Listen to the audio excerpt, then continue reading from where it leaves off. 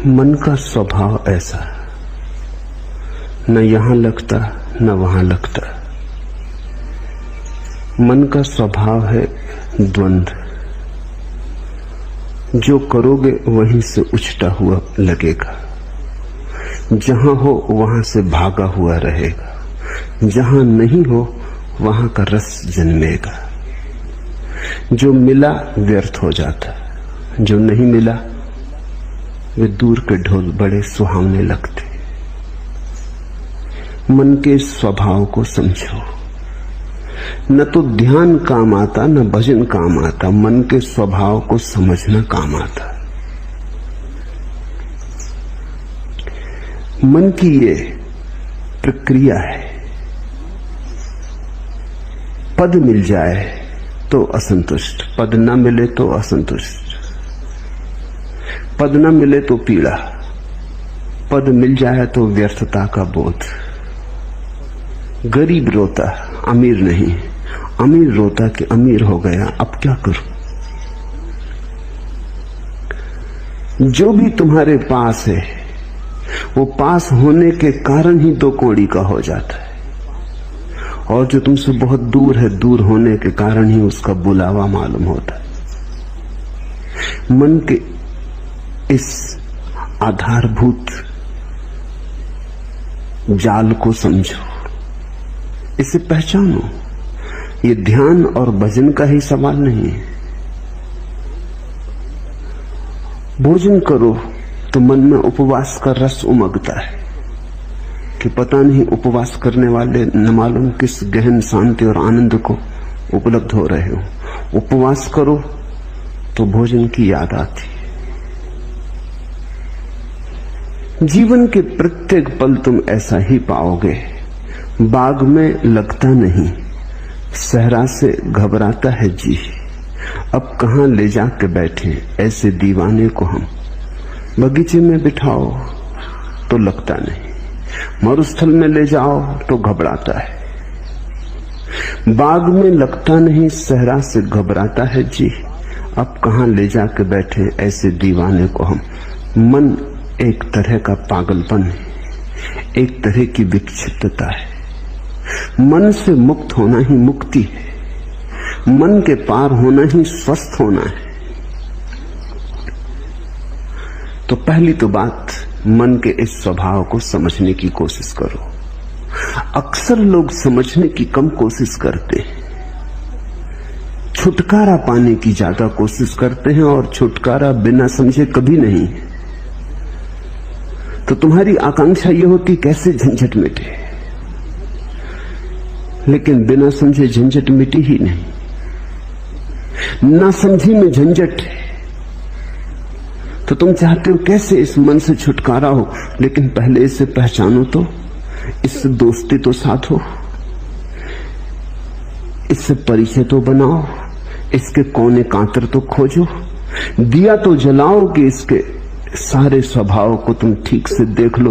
उस देखने में, उस दर्शन में, उस साक्षी भाव में ही तुम पाओगे विजय की यात्रा पूरी होने लगी। जिस दिन कोई मन को पूरा समझ लेता, उसी दिन मन विसर्जित हो जाता। जैसे सूरज के उगने पर ओसकण तिरोहित हो जाते, ऐसे ही बोध के जगने पर मन तिरोहित हो जाता। जैसे दिए के जलने पर अंधेरा नहीं पाया जाता, ऐसे समझ के, प्रज्ञा के दिए के जलने पर मन नहीं पाया जाता। तो मन से लड़ो मत। पहली बात, लड़ने का अर्थ ही ना समझी है। लड़के कभी कोई जीता? तुमने यही सुना है कि जो लड़े वो जीते। मैं तुमसे कहता हूं, लड़के कोई कभी जीता? समझ के जीत होती। लड़ने वाले तो ना समझे। लड़ोगे किससे? छायाओं से लड़ रहे हो। जैसे कोई अपनी छाया से लड़ने लगे, खींच ले तलवार, करने का लगे हमला। परिणाम क्या होगा? छाया कटेगी। परिणाम यही होगा, खुद ही थकेगा। और डर है कि छाया से लड़ने में कहीं अपने हाथ पैर न काट ले। क्रोध में, उबाल में पागल ना हो उठे। कहीं ऐसी घड़ी ना आ जाए कि विक्षिप्तता में अपने को ही काट ले। अक्सर मन के साथ लड़ने वाले ऐसी ही स्थिति में पड़ जाते। मन तुम्हारा है, तुम्हारी छाया है नहीं, बस छाया जैसा है। रोशनी बढ़ाओ, थोड़े जाग के मन को समझो। जब ध्यान करो मन कहे भजन में, तो जरा जाग के देखो, एक तरफ खड़े होकर देखो कि मन क्या कह रहा है। जब भजन करो और मन कहे ध्यान लगाओ, तब जाग के देखो कि मन क्या कह रहा है। इसकी चालबाजियां पहचानो, इसकी कूटनीति पहचानो। मन बड़ा राजनीतिज्ञ है, ये तुम्हें भटकाए रहता है, ये तुम्हें चलाए रहता है। और तुमने ध्यान करके भी देख लिया, वहां भी नहीं लगा, और तुमने भजन करके भी देख लिया, वहां भी नहीं लगा। तो अब ये तो समझो कि मन कहीं लगेगा ही नहीं। मन का लगना धर्म नहीं, ना लगना मन की आदत है। कहीं लगता नहीं, जो नहीं लगता वही मन है। तो अब जब मन तुमसे कहे कि ध्यान करो, क्या भजन में पड़े हो, तो जाग के देखना कि ये फिर वही मन जो कहीं नहीं लगता, भजन में भी नहीं लगा था। तब इसने कहा था ध्यान करो, अब कहता है भजन करो। पहले कहा संसार में उलझे रहो, फिर कहा संन्यास ले लो। अब संन्यास में भी नहीं लगता, कहता है संसार में लौट चलो। इस मन को जरा देखना, कुछ करने की बात नहीं है, सिर्फ शांत भाव से देखना। तुम्हारे देखने में ही तुम पाओगे मन गिरने लगा, तुम पर उसकी पकड़ जाने लगी, तुम पर पकड़ छूट जाए, तुम थोड़े शिथिल हो जाओ मन के पास से, तुम थोड़े बाहर सरकने लगो। न तो ध्यान से घटती है बात, न भजन से घटती है, समझ से। इसलिए समस्त धर्मों का सार है जागरूकता। प्रश्नकर्ता पूछता है एकाग्रता नहीं बनती, एकाग्रता की खोज ही गलत है, जागरूकता खोजो। एकाग्रता की खोज तो फिर मन के ही सिक्कों में फंसे। ये मन ही है जो कहता है एकाग्र बनो, ये तुम्हें असंभव चीजें करने को देता है, फिर वो नहीं होती तो तुम हारे थके परेशान हो जाते हो। एकाग्रता की कोई जरूरत ही नहीं है। थोड़ा जीवन की गणित की व्यवस्था के सूत्र समझने चाहिए। पहला सूत्र, जब भी मन नहीं होता तब तुम एकाग्र होते हो। कभी अपने काम में पूरे संलग्न, चाहे बुहारी लगा रहे हो घर में, लेकिन पूरे संलग्न, अचानक तुम पाते हो मन नहीं है।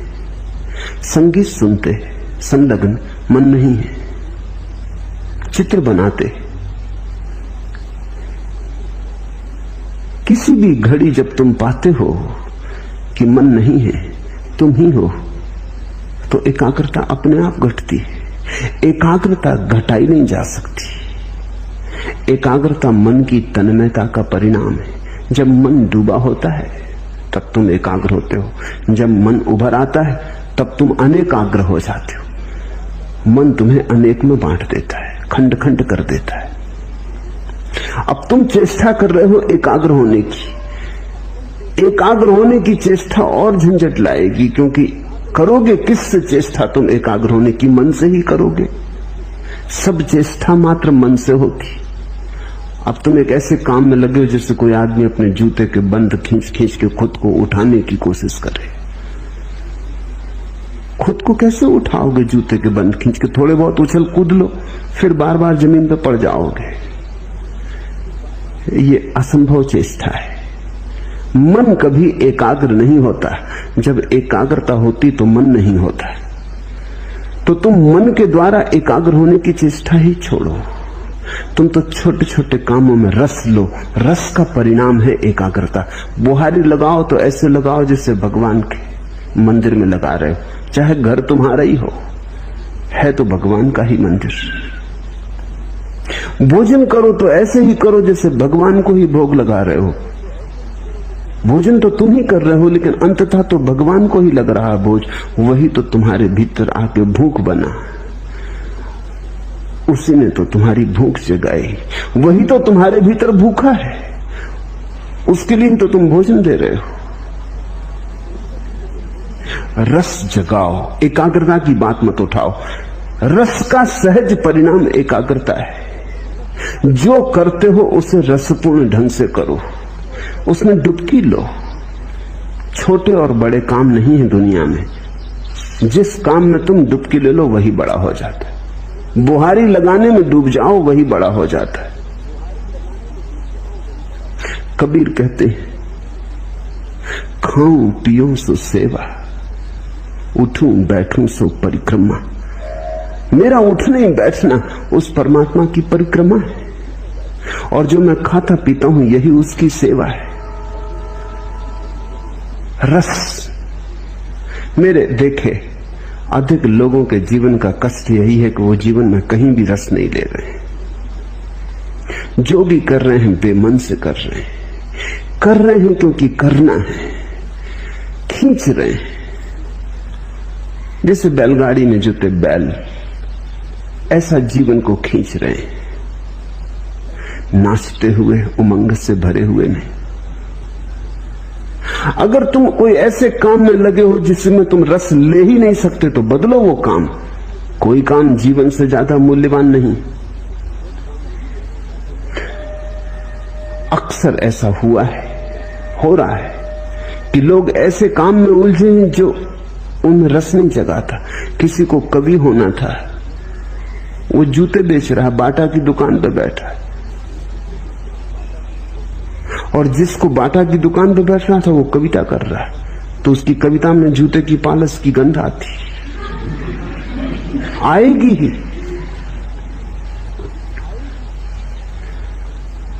लोग वहां हैं जहां उन्हें नहीं होना था, और ये विकृति के कारण है क्योंकि तुमने कभी अपने सहज भाव को तो खोजा नहीं। किसी के पिता ने कहा कि दुकान करो, इसमें ज्यादा लाभ है। किसी के पिता ने कहा डॉक्टर बन जाओ। किसी की मां को ख्याल था बेटा इंजीनियर बने। परिवार को धुन थी कि बेटा नेता बने। तो सब धक्का दे रहे हैं एक दूसरे को कि ये बन जाओ, वो बन जाओ। कोई ये नहीं पूछता कि ये बेटा क्या बनने को पैदा हुआ है। इससे भी तो पूछो, थोड़े इसके हृदय को भी तो टटोलो। तो फिर लोग गलत जगहों पर पहुंच जाते। एक बहुत बड़ा सर्जन जिसकी सारे जगत में ख्याति थी, जब 60 वर्ष का हुआ और उसकी 60वीं वर्षगांठ मनाई गई तो सारे दुनिया से उसके मित्र इकट्ठे हुए, उसके मरीज इकट्ठे हुए, और उन्होंने उसका बड़ा स्वागत किया। लेकिन वो बड़ा उदास था। उसके स्वागत में एक नृत्य का आयोजन किया गया था। तो जब लोग नृत्य करने लगे और वो सर्जन देखता रहा तो उसकी आंख से आंसू टपकने लगे। तो उसके पास बैठे उसके मित्र ने पूछा, क्या मामला है? हम सब तुम्हारी वर्षगांठ पे इकट्ठे हुए प्रसन्नता से। ये नृत्य तुम्हारे स्वागत में होता, तुम रोते क्यों हो? तुम्हारी आंख में आंसू क्यों है? तुम किस पीड़ा से भीग गए हो? उसने आंसू पोंछ लिए। उसने कहा कि नहीं, वो कोई बात नहीं। पर मित्र ने जिद की, कहा कि क्या तुम्हें कोई जीवन में विफलता मिली? तुम जैसा सफल आदमी नहीं। तुमने जो ऑपरेशन किया सफल हुआ। तुम्हारे जैसा कुशल सर्जन दुनिया में नहीं, फिर क्या? लेकिन उसने कहा, मैं कभी सर्जन होना ही नहीं चाहता था। मेरा दिल तो एक नर्तक होने का था। आज नाच को देख के मैं रो उठा। मैं छोटा मोटा नर्तक होता, कोई मुझे न जानता तो भी मेरी तृप्ति होती। आज मैं दुनिया का सबसे बड़ा सर्जन, लेकिन मेरी कोई तृप्ति नहीं। मेरी नियति ही मुझे न मिली। तो आज भी जब मैं किसी को नाचते देखता हूं तो बस मुझे याद हो आती। तुम अपनी जिंदगी को गौर से देखो। पहली तो बात, जो कर रहे हो उसमें रस लेने की कोशिश करो। हो सकता है तुमने रस का अभ्यास नहीं किया। तुम्हें किसी ने सिखाया ही नहीं कि रस का अभ्यास कैसे करना। रस के अभ्यास का पहला सिद्धांत है कि जो भी कर रहे हो इसका परिणाम मूल्यवान नहीं है। तुम्हें यही सिखाया गया कि परिणाम मूल्यवान है। तुम करते हो उससे 10 रुपए मिलेंगे कि 1000 रुपए की लाख रुपए मिलेंगे। लाख रुपए में मूल्य है, परिणाम में मूल्य है। रस का सिद्धांत है, जो तुम कर रहे हो वो अपने आप में मूल्य है, अंतर्निहित है मूल्य। 1000 मिलेंगे 10,000 मिलेंगे वो बात गौण है। करने में जो डुबकी लगेगी वही बात महत्वपूर्ण है। अगर डूब गए तो मिल गए करोड़ों, अगर न डूबे और करोड़ों भी मिले तो कुछ भी न मिला। वो समय व्यर्थ गया जो बिना डूबे गया, वो दिन व्यर्थ ही बीते जो बिना डूबे बीते। जब रस धारना बही तो तुम जिए ना जिए बराबर। रस विमुग्धता में ही जीवन है। तो पहली तो बात, जो कर रहे हो, तुमसे नहीं कहता कि जल्दी बदलने में लग जाना, क्योंकि हो सकता है तुम अपना काम भी बदल लो और रस ना आए, क्योंकि रस आने की तुम्हारी आदत ही ना रही हो, तुमने रस बनाने की बात ही ना बनाई हो। तो पहले तो जो कर रहे हो उसमें रस लेने की कोशिश करना। 100 में 50 मौके तो ऐसे हैं कि तुम उसी में रस ले पाओगे। रस लेते ही एकाग्रता हो जाएगी। देखा, स्कूल में छोटे बच्चे पढ़ते, बाहर चिड़िया गुनगुनाने लगी गीत, बच्चा एक टक होकर सुनने लगता है। शिक्षक डंडा पीटता है टेबल पर कि यहां ध्यान दो, एकाग्रता करो। एकाग्रता बच्चा कर ही रहा है, मगर शिक्षक में नहीं कर रहा, ये बात सच है। ये ब्लैक बोर्ड पर नहीं कर रहा, ब्लैक बोर्ड पर लिखे अक्षरों पर नहीं कर रहा। लड़का तो एकाग्रता कर ही रहा है, एकाग्रता तो हो ही रही। वो जो चिड़िया गीत गा रही वो उसे सुन रहा है। शिक्षक कहता एकाग्रता करो, मन को ऐसा विचलित मत करो। बात बिल्कुल गलत कह रहा है शिक्षक। शिक्षक उसके मन को विचलित करने की कोशिश कर रहा है। वो एकाग्र है। अगर कोई बाधा न दे तो ये सारा संसार थोड़ी देर के लिए मिट जाएगा। वो चिड़िया की गुनगुनाहट होगी, उसका गीत होगा, इस बच्चे की भावदशा होगी, और ये एक बात सीख लेगा रस की। रस चूंकि उसे चिड़िया के गीत में आ रहा है इसलिए एकाग्र हो गया है। उसी कक्षा में ऐसे बच्चे भी होंगे जिन्हें रस गणित के सवाल में आ रहा है, वो वहां एकाग्र हो गए। हमें लोगों को एकाग्रता नहीं सिखानी चाहिए, उनका रस देखकर उन्हें दिशा देनी चाहिए।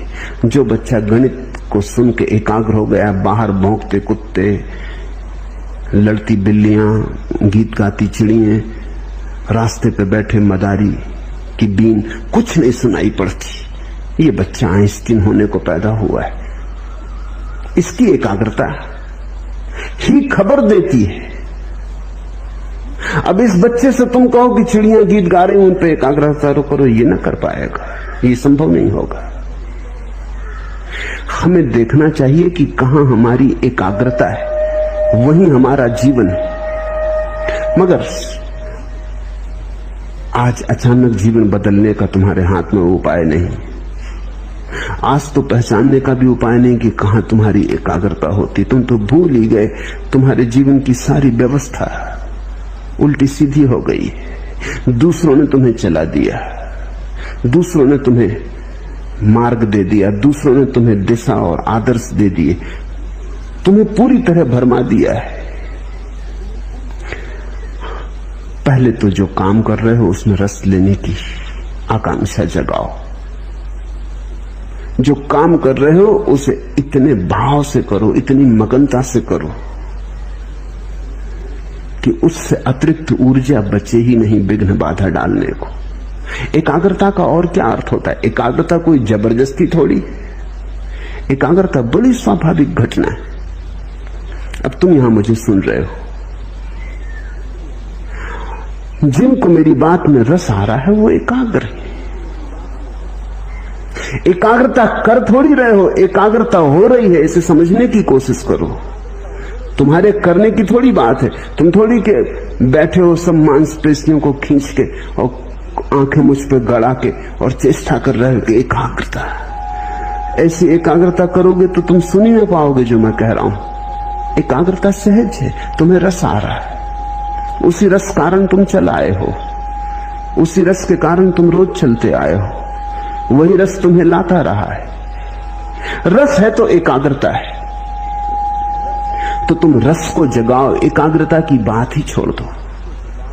अगर रस जगे ही ना तो फिर समझो, फिर हिम्मत करो, साहस करो, बदलो उस व्यवस्था को जिसमें रस नहीं जगता। हो सकती वो व्यवस्था तुम्हारे लिए नहीं। तो दरिद्र हो जाना बेहतर है समृद्ध होने की बजाय। सड़क का भिखारी हो जाना बेहतर है सम्राट होने की बजाय, अगर रस आ जाए,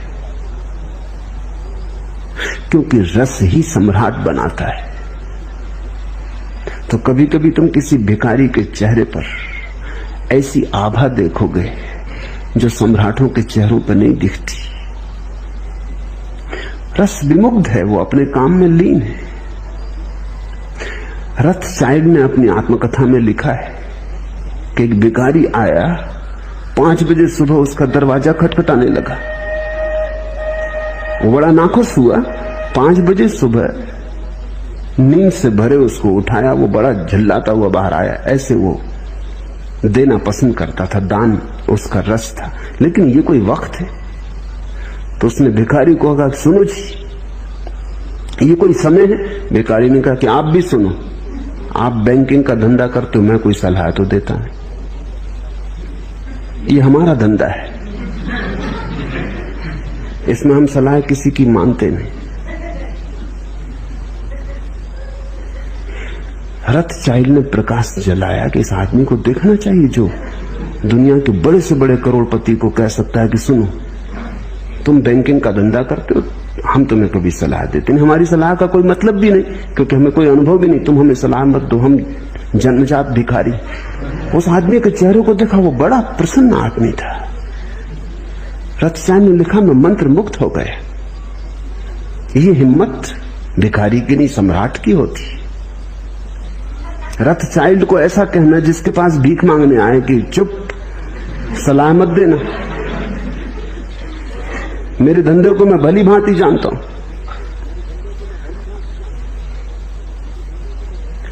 रथचाइल्ड ने उसे खूब दिया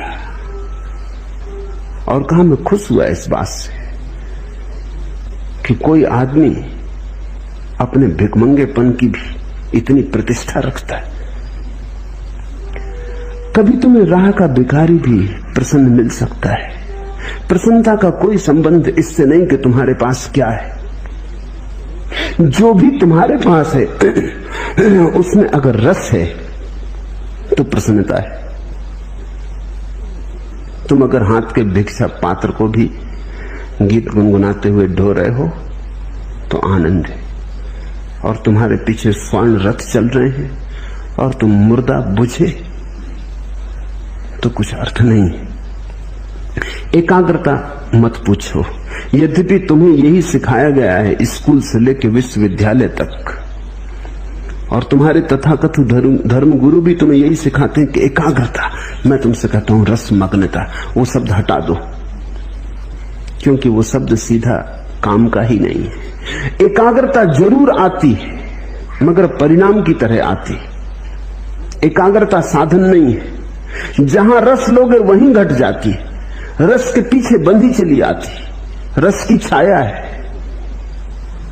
तो तुम कहीं भी रस लो, अगर मंदिर में रस ना आता हो, फिक्र छोड़ो, फिर मंदिर में परमात्मा तुम्हारे लिए नहीं घटेगा। जहां रस ही नहीं है वहां एकाग्रता नहीं होगी, एकाग्रता नहीं होगी, परमात्मा कहां होने वाला है। अगर तुम्हें बांसुरी के गीत में रस आता है तो वहीं तुम्हारा परमात्मा तुम्हें मिलेगा। अगर नर्तक की पायलों में तुम्हें रस आता है तो तुम्हारा परमात्मा वहीं नाचेगा। तुम्हारे परमात्मा की खोज तुम्हारे रस से ही तय होगी। रसो वैसा, उस परमात्मा का स्वभाव रस है। किसी शास्त्र ने नहीं कहा कि परमात्मा का स्वभाव एकाग्रता है।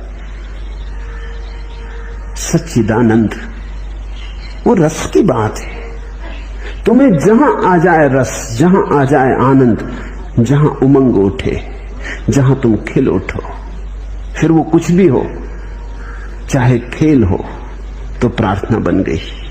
और ऐसे तुम बैठे बैठे प्रार्थना करते रहो, भजन करते रहो, ध्यान करते रहो, और रस उमगे नहीं, मेघ मलार बजे नहीं, हृदय गुनगुनाए नहीं। ऐसे तुम करते चले जाओ जबरदस्ती, यंत्रवत। करनी चाहिए कर्तव्य बस। लोग कहते हैं इससे रस मिलेगा इसलिए कर रहे हैं, नहीं, जहां रस मिलता है वहीं परमात्मा आता है। इसलिए मैं तुमसे कहता हूं कि मेरे पास तुम्हें देने के लिए कोई अनुशासन नहीं है, क्योंकि अनुशासन कोई भी होगा पराया होगा, दूसरे का होगा। तुम्हें अपना अनुशासन खोजना पड़ेगा। प्रत्येक व्यक्ति को अपना मार्ग खोजना पड़ेगा। मैं इशारे देता हूं, उन इशारों से तुम अपना मार्ग समझने की कोशिश करो। कबीर ज्ञान को भी उपलब्ध हो गए तो भी कपड़ा बुनते रहे। जुलाहापन उन्होंने छोड़ा नहीं। किसी ने पूछा कि अब तो आप बंद करें, कभी सुना नहीं कि कोई बुद्ध पुरुष और कपड़े बुनता रहा और जुलाहा बना रहा और बाजार में कपड़े बेचने जाता रहा, आप तो छोड़ो। लेकिन कहते हैं कबीर ने कहा, इसी कपड़े के बुनने ने तो मुझे परमात्मा से मिला है, इसे कैसे छोड़ दूं? ये मेरी प्रार्थना, ये मेरी पूजा, ये मेरी अर्चना। झीनी झीनी बीनेरी चदरिया, वो जुलाहे का गीत है, कोई और दूसरा तो गा भी नहीं सकता। बुद्ध कैसे गाएंगे? बुद्ध ने कभी चदरिया बीनी नहीं, उन्हें कुछ पता भी नहीं। महावीर कैसे गाएंगे? चदरिया थी वो भी छोड़ दी। उनसे तो पूछो कैसी छोड़ी रे चदरिया, तो बता सकते। लेकिन कबीर ने बुन बुन के पाया। वो ताने बाने चादर के बुनते बुनते उनका ध्यान फला, वहीं रस विमुक्त हुए। पर कैसे पाया उन्होंने? क्योंकि हमें बुद्ध की बात समझ में आ जाती है कि दूर बोधि वृक्ष के नीचे ध्यान में बैठे हुए, कि महावीर वनों में पर्वतों में एकांत में 12 वर्ष मौन में खड़े हुए। कबीर कपड़ा बुन बुन के पा लिए, रस से बुना होगा। कबीर कहते थे राम के लिए बुन रहा हूं। सभी ग्राहकों में राम देखते थे। जब अपना कपड़ा बुन के वो काशी के बाजार में बेचने जाते, कोई मिल जाता रास्ते में, कहां जा रहे हो, तो वो कहते राम आए होंगे, उनको जरूरत है, कपड़ा बुन के लाया हूं, बड़ा बढ़िया बुना है, राम को देने जा रहा हूं। जब कोई ग्राहक उनसे कपड़ा खरीदता तो वो कहते संभाल के रखना राम, बड़ी मेहनत से बुना है, बड़े रस से बुना है। कपड़ा ही नहीं है, पीढ़ी दर पीढ़ी चले ऐसी मजबूती से बुना है। अपने प्राण उंडेले। तो जिसको ग्राहक में राम दिखाई पड़े, अब उसे किसी बोधि वृक्ष के नीचे जाने की जरूरत न रही। सभी लोग बोधि वृक्ष के नीचे जा भी नहीं सकते, और अच्छा है कि जाते नहीं तो बड़ी झंझट खड़ी हो जाए। एकाध बुद्ध बोधि वृक्ष के नीचे बैठता है, चलता है, एकाध महावीर मौन खड़ा हो जाता है, चलता है। लेकिन सभी ऐसे खड़े हो जाएं तो जीवन बड़ा विरस हो जाएगा। अधिक को तो कबीर जैसा होना पड़ेगा, अधिक को तो गोरे जैसा होना पड़ेगा। गोरा कुम्हार बस घड़े बनाता रहा, और घड़े बनाते बनाते खुद को भी बना लिया। और रैदास जूते सीते सीते, जूते बनाते बनाते पहुंच गए। तो तुम जो कर रहे हो उसमें रस डालो, उंडे लो रस। वही तुम्हारा भजन, वही तुम्हारा ध्यान। अगर तुम्हारी सारी चेष्टाएं असफल हो जाएं तो फिर साहस करो, तो फिर तुम गलत जगह हो। तुम कुछ ऐसी जगह बहने की कोशिश कर रहे हो जो चढ़ाव पर है। तो नदी चढ़ाव पर तो नहीं बहती, ढाल पर ही बह सकती है। रस धार भी ढाल पर ही उतर के बह के मिलता है। तो फिर बदलो। इसलिए साहस की जरूरत है। पहले सारी चेष्टा कर लो, और फिर तुम्हें लगे कि नहीं, इस ढंग से मेरे लिए परमात्मा से मिलन नहीं हो सकेगा, तो बदलो। उस बदलाहट को मैं संन्यास कहता हूं। बदलने की हिम्मत रखो। एक आदमी 40 साल तक लंदन के बाजार में दलाल का काम करता रहा। बड़ा सफल आदमी था, खूब कमाई थी, सब तरह का सुख था। किसी ने कभी सोचा भी न था एक रात वो घर से नदारद हो गए। पत्नी भी भरोसा ना कर सकी, बेटे भी भरोसा ना कर सके, मित्र भी भरोसा ना कर सके, काम धंधे में जो लोग संबंध था वो भी भरोसा ना कर सके, क्योंकि न तो वो आदमी कभी किसी और स्त्री के संग में देखा गया था कि पत्नी सोच भी सके, कि वो किसी स्त्री के साथ भाग गया, न उसके कोई धार्मिक रुझान थे कि वो कोई किसी जाके आश्रम में सन्यासी हो गया होगा, न कोई दुख था कि आत्महत्या कर ली होगी। सब भांति सुखी संपन्न आदमी था, जिसको हम सुखी संपन्न कहते, वैसा आदमी था, सब ठीक ठाक था।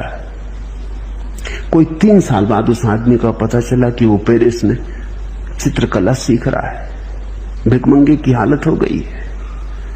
भागे उसके मित्र, उससे कहा तुमने ये क्या किया, तुम्हारे पास सब था, सब ठीक था। उसने कहा वही अड़चन थी, सब ठीक था, कहीं कुछ गड़बड़ ना थी, लेकिन कोई प्रफुल्लता ना थी, कहीं कोई उमंग ना थी।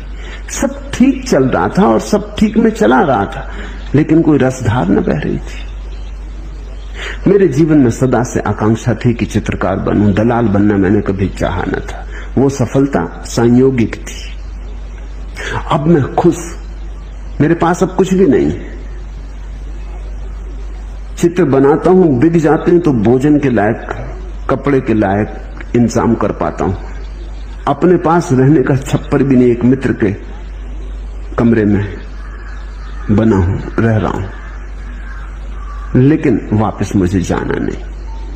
मैं प्रसन्न हूं। और जो मित्र गए थे उन्होंने देखा कि वो आदमी एक अद्भुत ऊर्जा से, एक अद्भुत आभा से भरा था। सूख गया था शरीर उसका, लेकिन एक रोशनी थी। उसने कहा मैं किसी से नाराज नहीं। मेरी पत्नी को कहना मैं किसी से नाराज नहीं, सब ठीक था। मैं बिल्कुल जैसा जिसको हम सुखी संपन्न कहते हैं वैसा आदमी था। मेरे बच्चे ठीक हैं, मेरे बेटे ठीक हैं, मेरी पत्नी ठीक है, सब ठीक था। लेकिन सब ठीक से कहीं कुछ होता, ठीक से कुछ ज्यादा चाहिए। ठीक से क्या होगा, ऐसे तो ठीक ठीक ठीक और मर जाएंगे। सुविधापूर्वक जी लिए और मर गए, नाश तो पैदा ही ना हुआ। जीवन में फूल तो खिले ही नहीं, लौटा नहीं वापस। बड़ा चित्रकार बन गया। इसे मैं सन्यास कहता हूं। न उसने गैरिक वस्त्र पहने, न वो किसी आश्रम में गया, लेकिन इसे मैं सन्यास कहता हूं।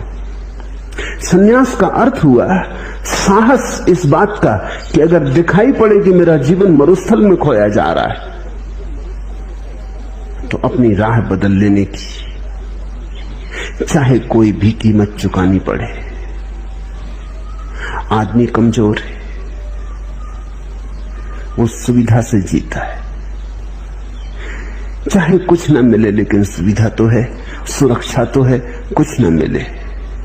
इसलिए ये सारे प्रश्न उठते हैं कि एकाग्रता कैसे सधे। तो पहले तो कोशिश करना, सध जाए तो शुभ। चेष्टा करने से 50% मौके हैं सध जाएगी, न सधे तो हिम्मत करना, देर मत लगाना, क्योंकि जिंदगी रोज हाथ से सरकी जाती।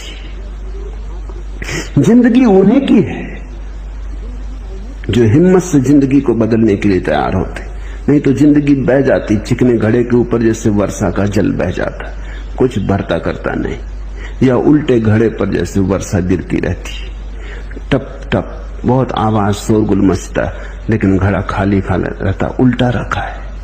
तो जरा गौर से देखना, तुम्हारा घड़ा अगर भरता ना हो